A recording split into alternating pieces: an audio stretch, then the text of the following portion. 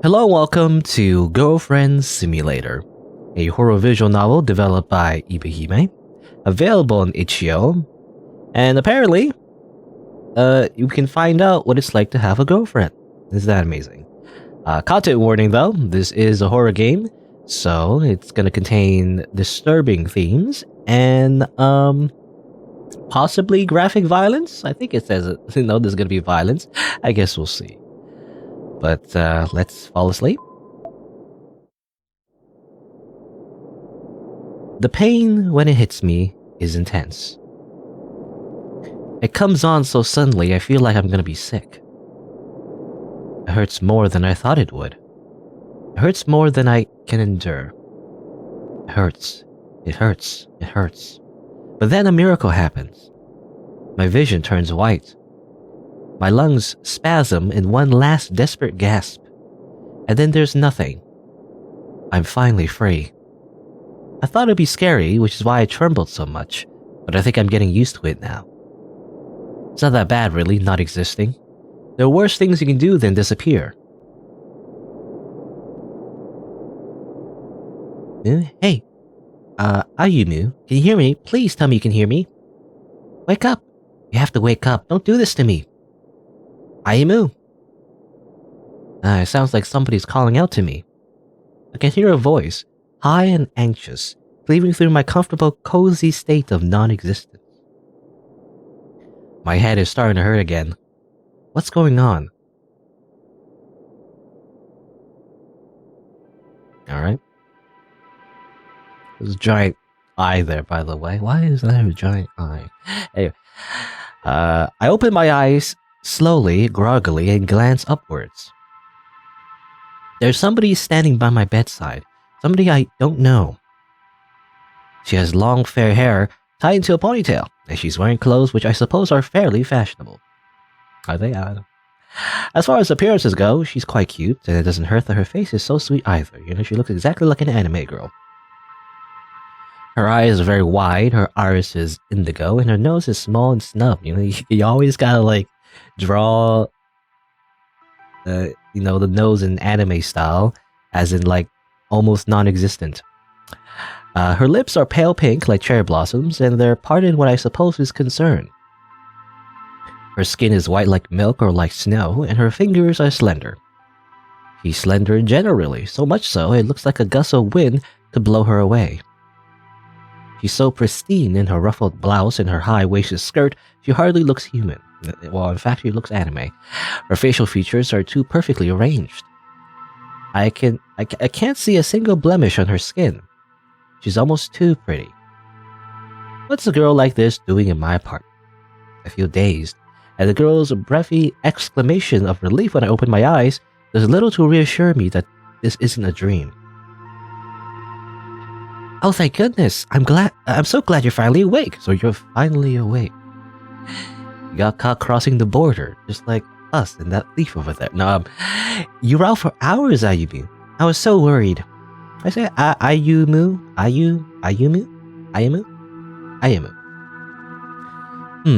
I don't know her name, but she seems to know mine. Are we friends then? We must be more than acquaintances, given the familiar way she's talking to me. I don't remember having any friends like her, though. I don't remember having any friends at all. Isn't that why I... Unease, 5%. I remember playing, it's been a while, but I remember playing one of developers' games before. They also had a percentage meter in that one. No, I better not think about that. My head is starting to hurt again. I'm sorry, but this is all kind of a lot. What's going on? Oh, you poor thing. You really must be... Oh, I think I got mixed up. We were saying that. Because I got mixed up with the names. We're Ayumu, and then she's, question mark. And I can do that. I can scroll in. But this is us saying this. I'm sorry, but this is all kind of a lot. What's going on? Oh, you poor thing. You really must be sick if you have to ask that. I'm sick? You are, yes. You're very, very sick. Your temperature was almost 38 degrees when I last checked. You were passed out when I came here, and that was, I'd say it's about 2 hours ago. I've kept myself busy since then cleaning this place up, but I was very worried about you. I'm glad that you decided to call me this morning. I hate to think of you suffering on your own. You were so hot I wasn't even thinking I might have to call the hospital. The hospital?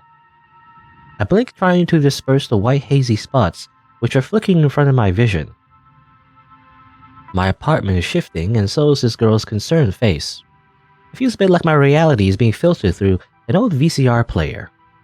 Everything keeps juddering. Am I really that sick? You look pretty sick, yeah, though you haven't actually been sick. Thank goodness, that's a relief. Seems like your fever might be breaking now, though. You sound pretty lucid for the most part. Maybe I should test you, though? How many fingers am I holding up? Just the one? That's right, and now? Still just the one? Good, good. I'm glad there's no problems with your vision, at least. Now, what's your favorite food? Pork cutlet, I think. Pork cutlet. I'm assuming we're in Japan, I don't know. And your favorite book? That's, it's a light novel series, actually, but I love Elf Force by Tsuchimi Ryu. Is that real? Right, and your birthday? That's October 6th, I think. Very good, and my birthday? That is, crap, I don't know the answer to this. Not that this should come as too much of a surprise. How am I supposed to know this girl's birthday when I don't even know her name? I pondered this for a few moments, my expression contorting. The girl must see my obvious distress because eventually she takes pity on me. Silly Ayumi, you've always been so bad with birthdays. My birthday's only a few days before yours, on October 1st. Don't forget it, alright? Maybe you ought to make a note of it. It might come in handy later. When exactly? When you want to buy me a birthday present, duh, for being such a great girlfriend. The girl giggles. And what about my name? Don't tell me you've forgotten that too. You're... Seems that I begin to struggle. I thought I might recognize this girl the more time passed, but we've been talking for a few minutes and that still hasn't happened. I can't recall her name for the life of me. It isn't even on the tip of my tongue.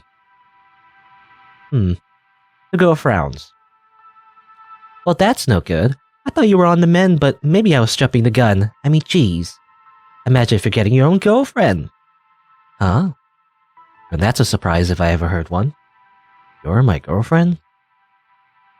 That's right, I'm Nagi, and we've been together for a month already.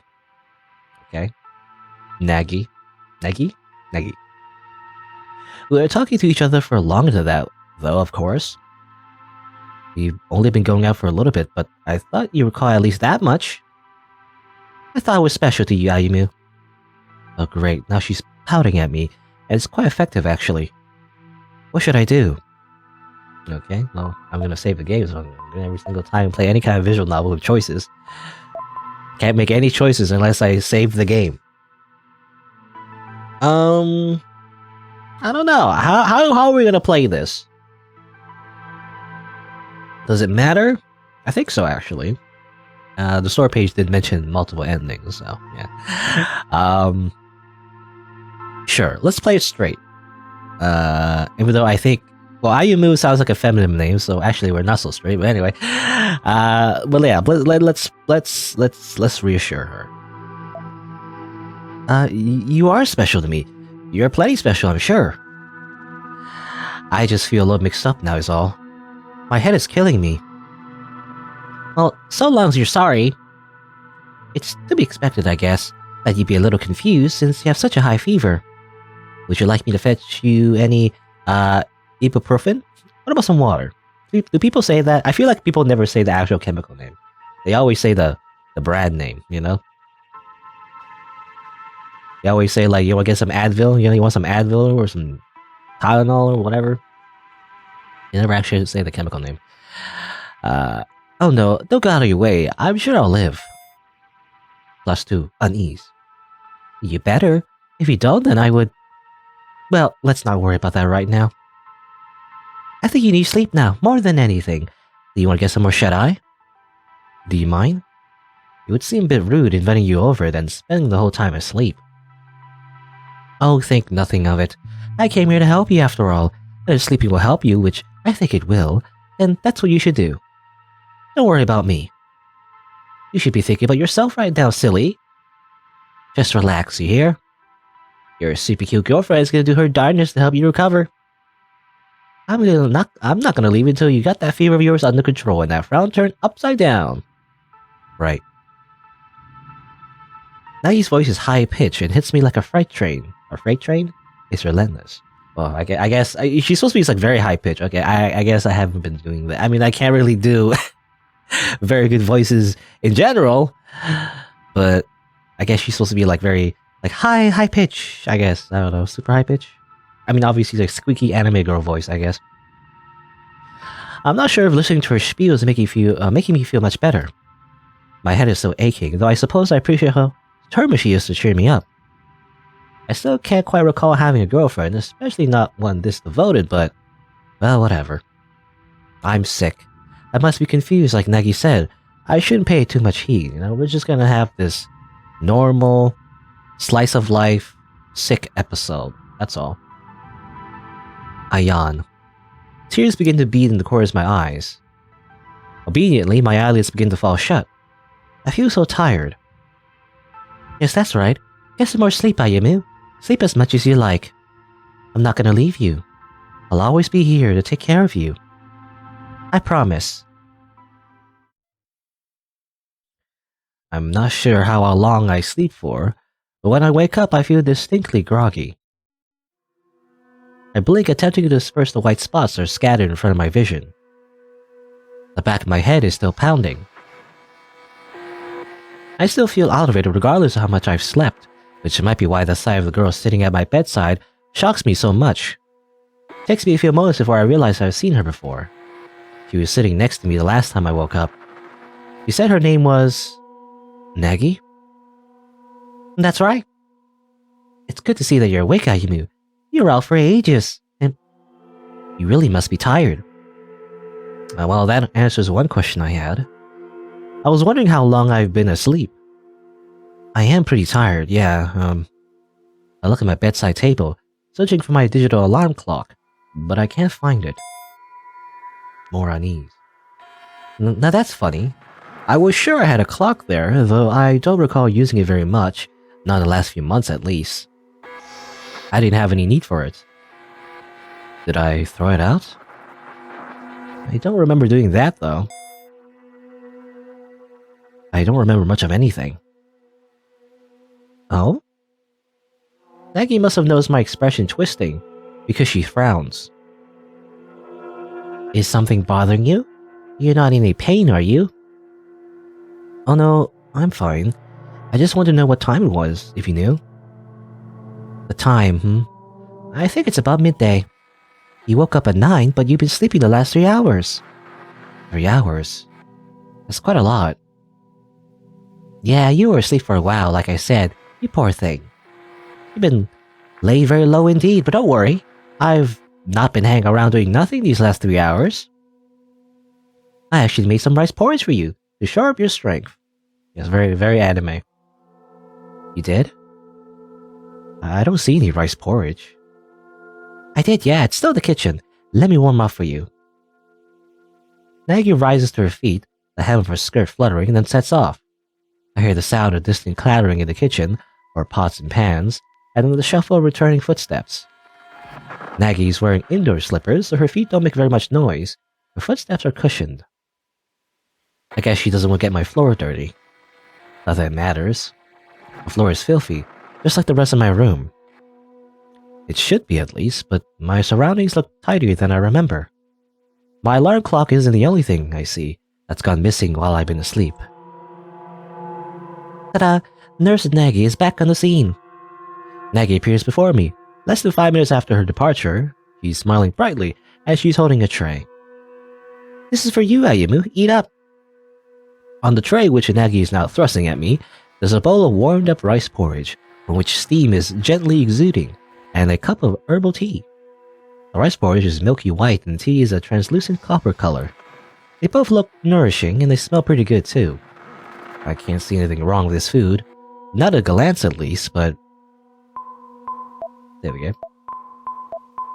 I'm sure it's fine. This is all normal. You know, don't mind the creepy music in the background. You know, don't worry about it. I'm sure it's fine. I'm sure it's fine. If this porridge tastes as good as it looks, it should be delicious. Minus unease. Thank you, Nagi. I smile at my girlfriend and pick up my spoon. This looks great. I can't wait to dig in. It's no problem. Hey, you don't need to thank me. I am your girlfriend after all. It should be a given that I look after you. I suppose it would, yeah. I dip my spoon into my porridge under Nagi's watchful gaze and bring it to my lips. I blow on it. And then I put the spoon in my mouth. So, what do you think? Is it good? I let the porridge linger on my tongue for a few moments before swallowing. It slides down my throat easily, as I expected it would. It is rice porridge after all, and it's quite watery at that. Nagi must have made it like this on purpose, so it'll be easier for me to eat. That's very considerate of her. I'm not sure if I can handle any food that's too solid at the moment, given how unwell I feel. If I had to describe it in one word, I'd say it's pretty homey. Reminds me a little bit of my mother's cooking, actually. My mother used to make me rice porridge just like this when I was young, and I was too sick to go to school. This is all rather nostalgic. Minus unease. It's good. Yeah, thanks, Nagi. I'm glad to hear it. I know my cooking isn't the best, but I've been trying. I will get better, all for your sake. Now, why don't you finish it up? You've got to get a little more food in you. Aye, aye, Captain. I'll do my best. I prefer nurse over captain. The latter sounds a little too nautical. Whatever floats your boat. Okay. I finished the rest of my porridge and washed it down with a cup of herbal tea. The tea wasn't as hot as I was fearing, and doesn't scald my tongue. It's quite soothing, in fact. I wonder what exactly is in that tea. Where did Nagi get it? I don't recall buying any loose leaves. I'm not a big tea drinker. Maybe she brought it over from her house? There you go, that wasn't so hard, was it? I'm very proud of you, Yaimu. Nagi smiles at me angelically after I finish eating, as though I've succeeded in accomplishing a truly difficult task. You'd be tempted to think, based on the way she's carrying on, I've just run a marathon, which, given how I feel right now, would be an impossibility. That porridge must have bolstered my strength, but there's no way in hell I'm ready to throw back my covers and start working out. Well, it was easy to eat your food. You're really good at cooking. Well, I don't know about that. There are better cooks out there than me, really. All I can really do is follow recipes. I'm not particularly gifted in the kitchen, but I've been working hard to make food that's worthy of you. Worthy of me, you say? Yeah, you're a great guy. So it's a pretty tall order, but I'm not gonna give in. Okay, that confirms that we're a guy. I don't know, Ayumu sounds like a girl's name, to be honest. Ayumu? Ayu? No, I guess this is heteronormative after all. But anyway. You're a great guy. I'm not there quite yet, but I'm sure I'll approve. Nagi flashes me a peace sign, then takes my tray from my bed. I think she means to take it to the kitchen, but instead, she sets it on the bedside table and then says, "This is the least I can do for you, really, given how hard you work." How hard I work? What's my job? You need to eat a lot of healthy, nourishing food. You need to get a lot of rest, you hear me, mister? Otherwise, you won't be able to finish the latest chapter of Crimson Fantasia by next Friday. Crimson I said that wrong, I feel like. Fantasia? Crimson Fantasia? Why's that name sound so familiar? I'm sure I've heard it before, but it's hard to place it. My brain feels so fuzzy. I've thought Nagi's rice porridge would give me strength, but it's not having much of an effect. I still feel wretched. Yes, Crimson Fantasia. Fortunately, Nagi's with me. She seems to know even more about me than I do, at the moment at least. I want to see what's gonna happen. I'm sure all of your other fans do too. The last chapter ended on such a cliffhanger. I absolutely have to know what's gonna happen to Eris. You can't kill her off. And now she's finally reunited with her sister. She's barely had a chance to talk to Harmonia yet. There's still so much left unspoken between the two of them, and Aris's fight scenes are the coolest in the whole story. I'd be really upset if she doesn't emerge from her scrape when the Arcanist is alive. There's so much lore with this story that I don't know. Oh, right. Nagi's just thrown a bunch of impenetrable sounding character names at me, but I think I'm beginning to see at long last what she means. Crimson Fantasia is a web novel I've been working on during the last 3 months. I borrowed a bit of inspiration from Tsuchimi Ryu's incredibly popular Elf Force series, but Crimson Fantasia is much darker. Oh yeah, so it's fanfiction? We're just writing fanfiction, basically? No. Crimson Fantasia stars an average Japanese boy called Haru, who through a series of unfortunate happenstances winds up being reincarnated in a magical world called Grimoire. Another isekai? Really? It's just another isekai. In that case, you should make your title much more longer, you know? Like, it should be like, I, who is a Japanese boy, somehow, in a series of unfortunate happenstances, ended up being reincarnated in the magical world. You know, that's the title. That should be the title. Once in Grimoire, he meets the plucky young sorceress, Eris, who was raised as an orphan in the slums. Or raised an orphan, or raised as an orphan? I'm not sure. Eris looks like your penny ragged orphan, but she's actually a direct descendant of the royal family. One half of a set of twin princesses who were torn apart for reasons unknown. Or actually, the title should be like, I'm just an average Japanese boy, but then I got reincarnated into a different world, and then I met up with a princess who's actually, or met up with an orphan who's actually a princess, or something like that. I don't know. It's gotta be like a twist to it, you know? You gotta add the twist. You gotta like spoil the entire plot in the actual title as well. That's what you gotta do for some reason. I don't know. I know Crimson Fantasia sounds an awful lot like Elf Force based on this synopsis. Synopsis? I don't know why I can't say that word. Synopsis? But I'm just painting in broad brush strokes. They're not actually that alike. Haru isn't as forgiving as Itsuki is, for one thing. He has quite the temper on him, something which Eris, who isn't shy or retiring, has to take him to task for. Then there's Eris herself.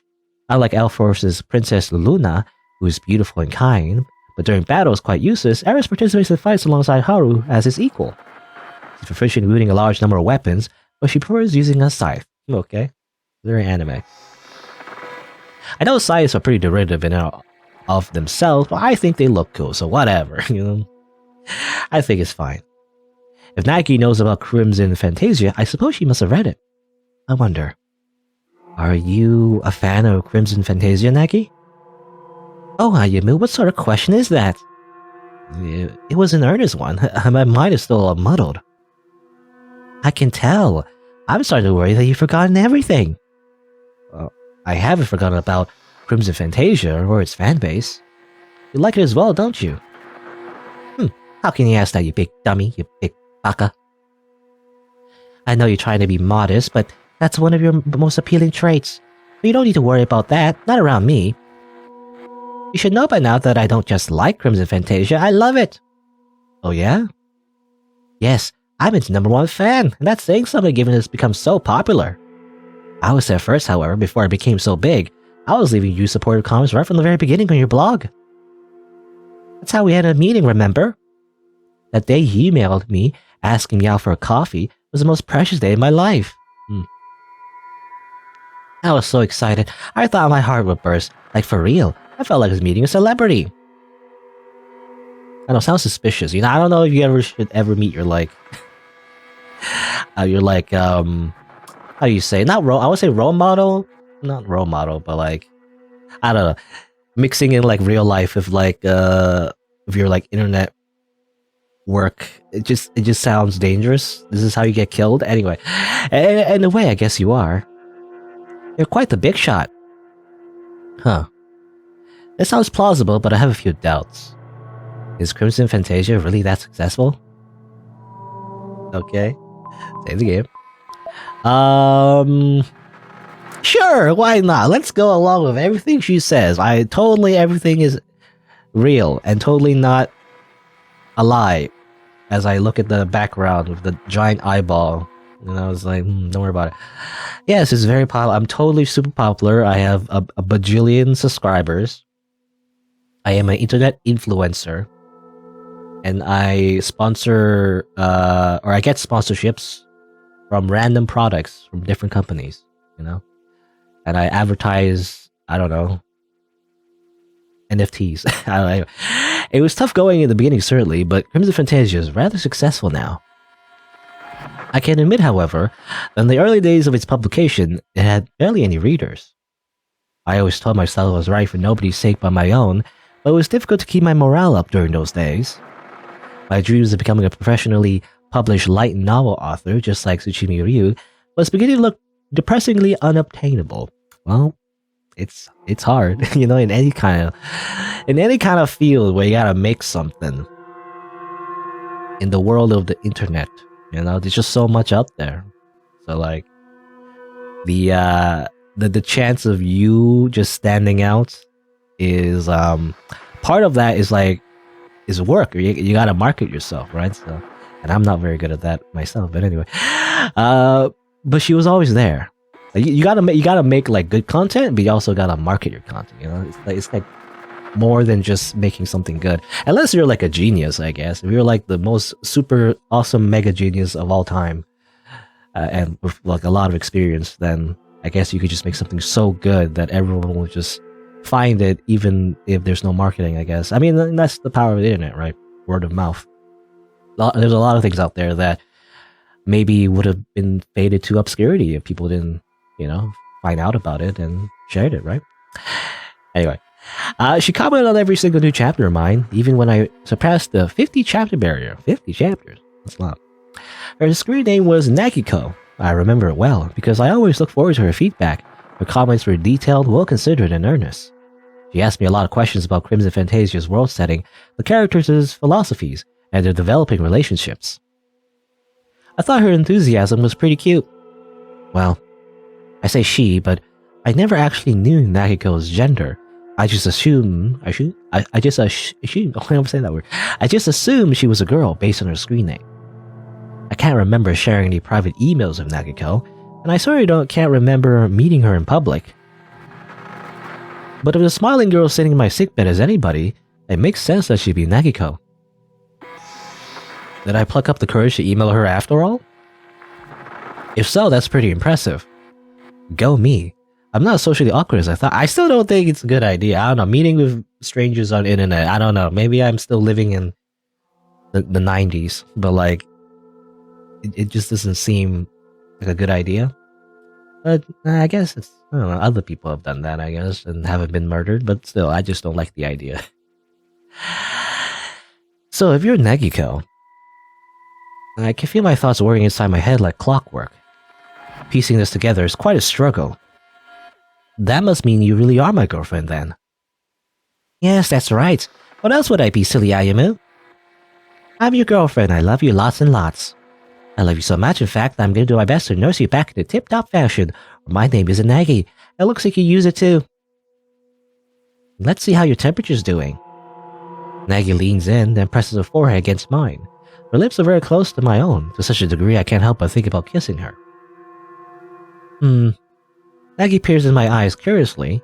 Our faces press perilously close, while I, not knowing what else to do, sit there feeling like a stone statue. I was hot already thanks to my fever, but I feel even hotter now. My palms are starting to sweat. Mom's spaghetti. My palms are sweaty. I can feel Nagi's breath against my cheek. It's very soft, and though I know I'm being silly, it feels quantifiably different to my own humdrum everyday breathing somehow. Something about Nagi's irrefutable femaleness, the fear of femaleness, her female aura is too powerful, is amping this interaction up to 11. Why am I shaking so much? Her forehead is like ice against mine. I might as well be pressing myself against a window pane in the winter. Doesn't blood run through Nagi's veins? She looks so perfect. I wouldn't be wholly unsurprised. She's so pretty, she might as well be made of plastic. You do feel pretty warm, yeah. I guess there's nothing else for it. You have to go back to bed, mister. Is that an order? It was more a request, really. I can order you around, however, if you're into that. Should Nurse Nagi tell you to lie back down double? You could, yeah. What if I refuse, though? And I have to give you an injection. That's what naughty boys who don't listen to their nurses deserve. You don't want me to hurt you, do you? Unease. I know Nagi's joking, but the casual way she talks about hurting me makes me flinch. It brings back memories. Ah, my unease, no, stop it! I remember. But no, that was just a bad dream. I don't want to think about it.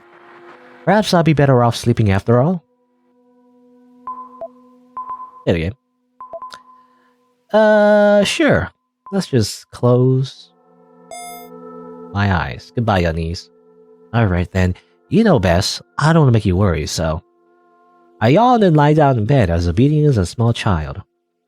Now do what you say. It'd be rude of me not to listen to my nurse. Yes, that's right. Bad patients with black hearts disobey their nurses. I know you're not a bad patient. You've always been very sweet. That's why I like you so much. And that's interesting. I smiled at Nagi, though vaguely, through eyelids which are already starting to fall shut. I thought you said you were my nurse. I am your nurse. I'm nursing you after all. What else would I be? There's the thing. I yawn. I hadn't realized until I laid my head on a pillow and discovered how soft it is, but I really am tired. I thought you were also my girlfriend. I'm that too. I could be both, can't I? Isn't that a bit unprofessional of you? It is? Duh, nurses aren't supposed to date their patients. I'm sure they have to sign some sort of waiver. I might get in trouble if news of our sordid affair comes to light. Oh, you. There's nothing sordid about me being in love with you. My feelings are very pure. You can say that to me till the cows come home, but it's your supervisor you have to convince, and probably a court of law too. Would I guess at the prison for falling for you? I don't know, maybe. Maybe it depends on how sick I am. Well, that's not fair. I consider that. It's awfully cruel that the world will conspire to keep us apart. We just need to stay here, Ayumi, with me, for all eternity. That way, nobody know I'm flouting the law. I will never have to lose my medical license. I will never have to lose you. I can keep on loving you and looking after you forever and ever. How's that sound? That might not be such a bad deal, actually. You think so? Nagi titters. I'm glad to hear it. If that's what you want, then that's what you'll get. Your cute nurse Nagi will be on the clock 24/7, so you got nothing to worry about. Just go to sleep. Rest your weary head. I'll be here for you. And I'll never ever leave you. Nagi's voice is softly hypnotic. I can't fight against it. She has me in her thrall. Oop. My eyelids, which were already drooping, fall shut. In a quiet, understated sort of way, I fall into a deep, dreamless sleep. I think I can hear someone calling out to me, albeit vaguely. Ayumu? But their voice is so distant, it might as well be emanating from another planet. I don't need anyone else but Nagi. I don't want anybody else but Nagi. I just want to fall asleep. And I never, ever want to wake up. Okay, and then we sleep forever. So that was kind of like the, just follow along what she says the entire time. I mean, obviously, I feel like there's something sinister going on beneath the surface, but, we just ignore that and we just go to sleep. But obviously, that's not good enough. Let's see if we can find, an alternative conclusion to that. Alright, so we're back all the way here. This time, instead of going along with what Nagi is saying, let's defy her this time. So back to the question where she asked us if we remember her and stuff. If we recognize her. Let's say we don't remember her. I'm sorry, but even if you're my girlfriend, I don't remember you at all. Are we really a couple?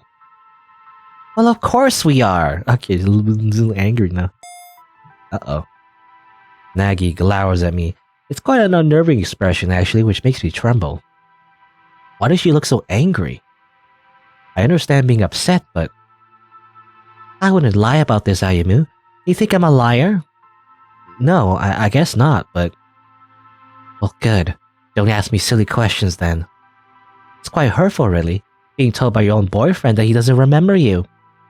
If you weren't as sick as you are, I would be upset. but it's to be expected, I guess, that you'd be a little confused given you have such a high fever. I guess I can let you off the hook. For now, at least. Okay. Alright, okay, I think you can skip now, so I'm gonna skip. Save the game over here. Okay, so this is when she gave us some rice porridge and tea. Let's question it. Is this safe to eat? I'm not sure if I should eat this. I still don't know who Nagi is, not really. She says she's my girlfriend, but I don't recognize her. On these. For all I know, she could be a member of a cult. Could this all be a ploy to brainwash me? Okay, now you're getting overly paranoid now. I mean, it's good to be a little bit paranoid, I feel like. But now we're just jumping to conclusions. It's unlikely, but... Well, aren't you gonna eat, Yayimu? You look almost as pale as the porridge. I wonder how fair of an assessment that is. I can't see my own reflection, so I can't confirm or deny it. I wouldn't be surprised if it is true, though. I do feel pretty rotten. I don't know what to make of Nagi's hospitality, or of Nagi herself for that matter. But perhaps I'm better off going along with what she wants. I don't want to upset her. What do I even have to be suspicious of anyway? Am I afraid that Nagi might have sneaked a razor blade in my food? That'd be ridiculous. I'm not thinking clearly. Yayimu, don't you like porridge? Oh no, it looks really good. I'm sure it'll be delicious. Aren't you gonna eat it then? It'll go cold if you keep dilly-dallying, silly. Right. I'll try a bit of it. Thank you, Nagi. Alright, and then this is as usual, so I'm gonna skip. Alright. And this is when they were talking about Crimson Fantasia, our web novel that apparently got super popular. Let's not believe her, you know. Us, you know, suddenly getting super popular, we don't remember it. That's very suspicious. Let's just say that's only in my dreams, you know. We're just like, that's just wishful thinking. No matter what Nagi says, I don't think Crimson Fantasia has ever been very popular. I've sunk endless hours into that story, but I don't think it ever caught on. A few kind people commented on the story in the beginning, saying it seemed promising, but even these regulars dropped off past the 10th chapter or so. I adored my story, but the public at large didn't seem to care very much about it, if at all. It was much harder to get any meaningful attention than even a cynic like myself had imagined. I was a nobody, really. But she, at least, was always there for me. She commented on every single new chapter of mine, yeah. Our biggest fan. Nagiko. But let's continue skipping. Alright. So we're back here. So this is then the choice where we could either go back to sleep or stay awake. We've been pretty suspicious of her in this playthrough, in my second run. So let's stay awake this time. Let's not go to sleep. Going back to sleep, we'll forget everything. That's not what we want to do. We want to find out the truth. Let's stay awake. No, it's alright. I've already slept a lot. I don't think I'm ready to snatch 40 winks just yet. Are you sure? You'll never be able to shake this sickness if you don't get enough rest. I'm worried about you. Nagi's eyes bore into mine. They look very large, almost all-encompassing in a way. And I swallow. I could get lost in those eyes if I let myself. I don't want to let my self-appointed nurse down, but... No, it's fine. I appreciate your worry, but I'm a grown man. I can look after myself, more or less. You say that, but I know better. I beg your pardon? Now that was an unexpectedly harsh tone. Does Nagi have some dirt on me or something? You heard what I said.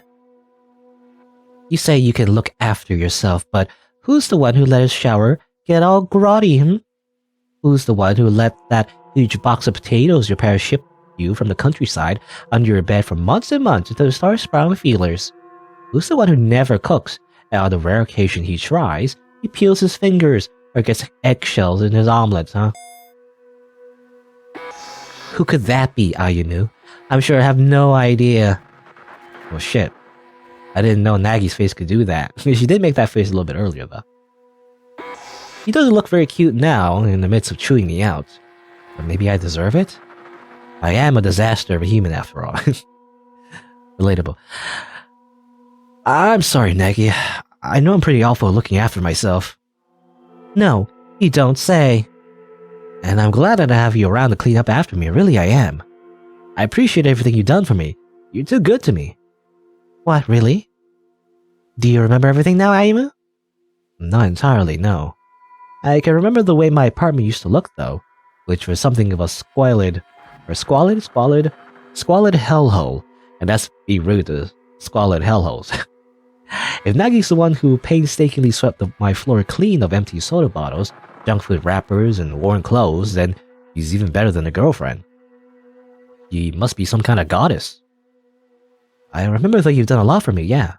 I know you're always putting me first, which is very sweet of you. You don't have to worry about me right now, though. I'm running a bit of a fever, sure, but it's not that serious. I'm not about to die. You don't need to keep me in bed around the clock. So you say. But I'm afraid, if I don't keep a close eye on you, you'll start pushing yourself too hard. That's why you need to rest. I'll be fine. Simply being with you is restful enough. Oh, Nagi stammers, Nagi stammers, then blushes. I didn't think that corny line that I quoted from an anime that I watched would actually work on her, so I'm pretty surprised. I know I've written much more romantic lines in the past, in Crimson Fantasia, in the quieter, more serious scenes exchanged between Haru and Eris. I don't have much experience with relationships, at least until I met Nagi, so working on those scenes always took me a while. It was like pulling teeth. It was even more excruciating. I can't even think of anything worse than making a clueless virgin write romance scenes. Nice. Are you sure about that, Aimu? I'm quite sure. I'm getting tired of staying in bed, actually. It's starting to make me feel a little bit insane. So, why don't you let me help out? He took time making that rice porridge for me, so I might as well do the washing up. Wouldn't that be fair? I hate washing up and household chores in general, but it seems important that I volunteer my services to Nagi. What does he mean by washing up? Do you mean like just take a shower? Because that doesn't seem like that's just a given, you know? You're not doing a favor for anybody. You're just showering. Unless you mean something else. I don't know. I don't want to think I'm a complete waste of space. Nagi, however, doesn't seem too impressed with my suggestion. She doesn't thank me. Instead, she tuts. Don't be silly. You're much too tired to wash the dishes. Okay, we're referring to the dishes. I don't know, I thought, when I think of wash up, I think of just taking a bath or something. But no, he means the porridge that way, yeah. I'm tired, but I'm not that tired. I can handle a few chores. You might be able to handle it, but doesn't mean you should. You ought to leave everything to me. That's why I came here, dummy. I need to look after you so you can recuperate as much as you want. You really should be sleeping. But if you're really not tired, maybe you can stay in the kitchen with me while I do the washing up. We can talk if you want. You tell me about the latest plot developments you have in mind for Crimson Fantasia. That'll be fun. It's not a bad idea, I guess. It sure beats staying in bed all day, languishing. Are you sure you want to hear about the next chapter, though? You don't want me to spoil it, do you? I don't mind. You always bounce plot ideas around with me. It's nothing new. Unease. Do I? Indeed? I can't say I recall that. But then again, I don't recall much of anything. I shouldn't question it. Alright, let's do that. Yay!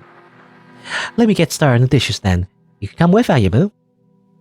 I'm really pumped up to see how Eris is gonna get out of this one. Nagi helps me out of the bed with all the consideration you might show an elderly grandparent. Her right arm shakes around my waist and her chest presses against my side. She's close enough to me that I can feel her hair on my cheek. It's finally a change of scenery from like a very vague gray, background to another vague gray background. I let Nagi lead me to the kitchen, although in actuality, I don't think I'm so very sick that I really need her help. Her thoughtfulness is appreciated, though. She's being very gentle. Nagi settles me down at the table, then turns to the sink. She turns on the tap deftly, in a way that suggests a familiarity with my kitchen, and sits to work. or sets to work. The water cascades against the basin of the sink in a regular manner, like rainwater down a gutter. Nagi begins to hum to herself as she washes up.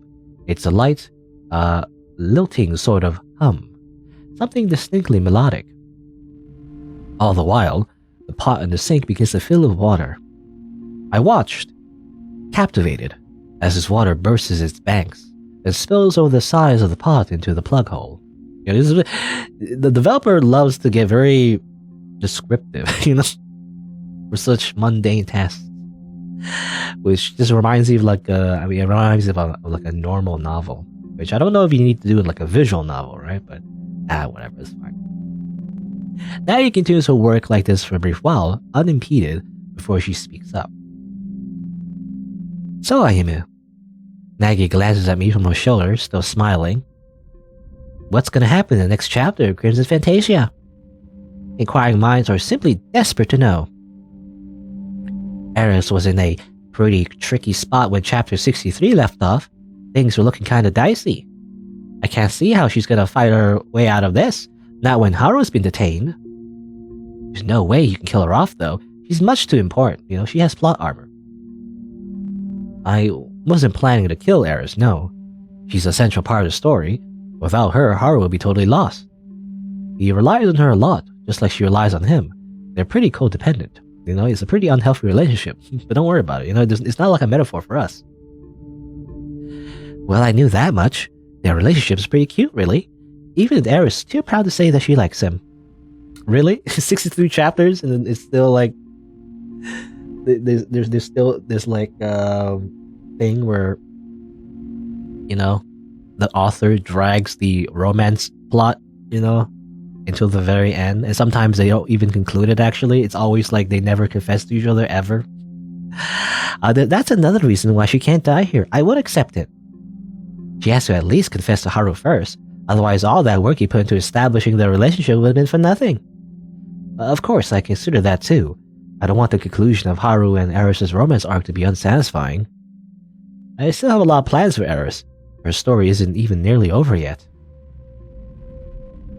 I'm glad to hear it, but how's she gonna escape then? She won't get a last-minute power-up, will she? We'll go Super Saiyan? No, I don't think so. That'd be a bit too cliche. I was thinking of having Harmonia rescue her, actually. Oh, that'd be a great way to reestablish their relationship. I know Harmonia's wanted to get to know her sister better, but she's never really had the chance. She's too busy with all that princessy stuff, and anyway, Eris is so aloof. Eris has to learn to set their differences aside, though. I don't think she'll ever be happy otherwise. I agree with you there, yeah. I want to give Eris and Harmonia a chance to make up with one another properly, and having Harmonia save Eris from a life or death situation seemed the best way to go about it. Harmonia would probably feel obliged to act in any case, given Eris is her twin sister. He's felt guilty ever since Eris was cast out of the palace because of that silly prophecy. He's wanted to help her sister for years. But I'm having some doubts about this story beat. You are? Yeah, it seems a bit derivative, I guess. I know there's a similar scene with Astra and Cornelia and Alforus, and well, Harmonia is a princess. Her parents are very overprotective. They never let her leave the castle. She's only been able to sneak out before because she was disguised, but her guards captured her and brought her back. Now her parents know about her old escape route. It'll be even harder for her to get away. I'm not sure Harmonia will be able to escape the confines of her chamber to see her sister, and even if she did, will she really be able to stop the Arcanesis? Harmonia knows a bit of magic, but she's nowhere near as strong as Eris. In a battle, she'd probably be a hindrance. Maybe, in a normal fight, she'd be standing up for her own sister, though. I think that'll give her a boost. The power of, not friendship, but rather the power of being sisters. I don't know. I guess it doesn't really solve the initial problem, however, of getting her to fight in the first place. Oh, it's fine. I'm sure you'll be able to figure something out, Ayumu. You're a genius, after all. I think genius is overselling me a little bit. And I don't think it's selling you enough. You've written a lot of Crimson Fantasia in such a short space of time, too. I think it's all super impressive. Characters are all so lifelike. They feel just like real people, especially Haru and Eris. They have so much depth. They have so many hopes and dreams. And the fight scenes are really cool, too. If anybody can think of a satisfying conclusion to this arc, I'm sure you can. I mean, obviously you can. You're the one who invented this whole universe. I guess. My reply when it comes is non-committal. I appreciate Nagi's support, but... Okay. Okay, let's start making more saves, I guess. I guess I'll just... Yeah, okay, I'll just start from here again. So we have more choices. What do I want to say? Will Nadiko really say all that? Or it's a bit embarrassing? Okay, so it's kind of like, do we question what Nagi is saying? Because if you remember, Nagiko was the person that would leave comments about our story from the very beginning, right? And, you know, she would also criticize our work too, I think it was implied. But this Nagi is like very much a yes man, you know? He just agrees with everything we say, and that's it. You know? And then it's like, suspicious. But, you know, nah, let's keep playing along. You know, I feel like this one would make her angry a little bit, and I like to save that for later. let's just say it's a bit embarrassing. Hazukashi. It's a bit embarrassing. As much as I appreciate Nagi's kindness, I'm not used to being complimented like this. Not to my face, at least. It's making me feel decidedly flushed. I can feel my cheeks turning red. My head is starting to ache again.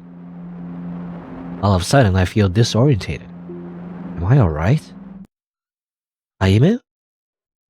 Nagi looks at me, her brow creased with concern. She's still standing by the sink, and in one hand, she's holding quite a sharp, hefty knife. You know what I'm saying? That's what that is. She must be in the middle cleaning it because the silvery blade of the knife is damp with water. A few clear, crystalline droplets of water roll down the shaft of the knife, then pool at the junction where the blade meets the handle. Nagi's fingers are wet, and so is the front of her blouse. I watch as round pearl-like droplets roll off the knife and fall through the air. It's almost hypnotic. I find myself staring at the sharp blade of Nagi's knife and the water that's trickling down it, until my head begins to ache. A dull buzzing sound fills my skull. I feel like I'm on the brink of remembering something, but... Aimu? Looking worried now, Nagi casts the knife into the sink, where it lands with a dull metallic clatter and rushes over to me. She rests her hands on either side of the chair, effectively fencing me in, and leads towards me, her damp chest inches away from my own. Aimu, are you alright? I look at Nagi dazedly. Her face is inches away from my own. Her eyes really are huge. All of a sudden, everything feels like too much. The walls of my kitchen are cramped, claustrophobic. Feels like they're closing in on me. I can't breathe. I close my eyes, squeezing them shut in an attempt to steady myself. I inhale slowly, then exhale. I can smell mold and mildew. I could smell decomposing food, unwashed clothes, and the stench of dirty skin. I can smell copper, rust, and blood. My eyes are beating inside my skull, in tandem with my heart. My stomach churns. I feel like I'm gonna vomit. Aimu. But the moment passes. My eyelids flicker open, and once again, my eyes meet Nagi's. They're so full of concern, practically pregnant with it, that I feel guilty for worrying her. And that's an interesting way to describe that. Pregnant with concern. And that's it anyway. You know, I do like some of the descriptions though. You know, just to, you know, mention it, I guess. The part where the knife was being described and how everything was kind of like, you know, obviously being like not alright, I guess. Everything being just weird. And that was good, actually. I like that part. You know, I feel like when you describe something, I mean, not to be a critic already, you know, in the middle of the playthrough, but like, I do like that when you're describing something, it has to be relevant, right? It has to be relevant to what's going on in the story. If you're just describing something just for the sake of describing something, I mean, maybe it's good for pacing, but like, it feels a little, you know, irrelevant. But that one, you know, the one just now, this scene that just now, I think that was like really good, actually. I felt that was like a really a part that kind of stands out to me. But anyway, going back. Some boyfriend I am. I'm sorry. I just felt a little. That's not. I'm sorry. I just felt a little lightheaded. That's all. But I'm fine now. You don't need to worry about me. Well, of course I'm gonna worry about you. I care about you. I know you want to act tough and all, but you don't need to put on a front around me. I can see right through you. You're feeling sick again, aren't you? Maybe a little. I knew it. Nagi sighs. You guys are all the same, I swear. You're all so boneheaded. You like to act tough when you're unwell, until it all gets too much and you can't keep pretending. At that point, however, it's already too late. You're awful at asking for help. Now let's get you settled again beneath your sheets. I'll not have you overexerting yourself, not my watch. I'm actually feeling a little better since that strange experience I had, but I doubt anything good will come from telling Nagi about this. I don't think she'll listen to me. She looks too annoyed. For such a slender girl who isn't particularly tall, she's surprisingly stern. Alright, you know best. I wouldn't want to make my nurse worry. Though I'll try to take better care of myself. See to it that you do. I can help, but there's only so much I can do. It's with this stern rebuke that Nagi helps me to my feet.